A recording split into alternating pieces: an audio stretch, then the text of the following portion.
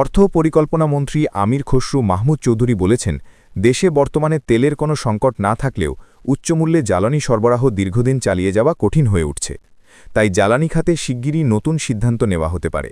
তিনি জ্বালানি নিরাপত্তাকে সরকারের সর্বোচ্চ অগ্রাধিকার হিসেবে উল্লেখ করেন। শুক্রবার চট্টগ্রামে সিআইইউ শিক্ষার্থীদের স্কলারশিপ বিতরণ অনুষ্ঠানে বক্তব্য শেষে সাংবাদিকদের ব্রিফিংয়ে তিনি এসব কথা বলেন। মন্ত্রী জানান, মধ্যপ্রাচ্যে চলমান যুদ্ধের কারণে বৈশ্বিক জ্বালানি সরবরাহ ব্যবস্থা হুমকির মুখে পড়েছে, যার প্রভাব বাংলাদেশেও পড়ছে। সরকার উচ্চমূল্যে জ্বালানি আমদানি করে সরবরাহ স্বাভাবিক রাখছে। উচ্চমূল্যের কারণে সরকারি তহবিলে চাপ তৈরি হওয়ায় সরকার সাশ্রয়ী নীতি গ্রহণ করেছে এবং মন্ত্রীসহ কর্মকর্তাদের জন্য ৩০% জ্বালানির রেশনিং চালু করা হয়েছে। এছাড়া জনস্বার্থে জ্বালানির মূল্য নিয়েও শিগগির সিদ্ধান্ত আসতে পারে বলে জানান তিনি।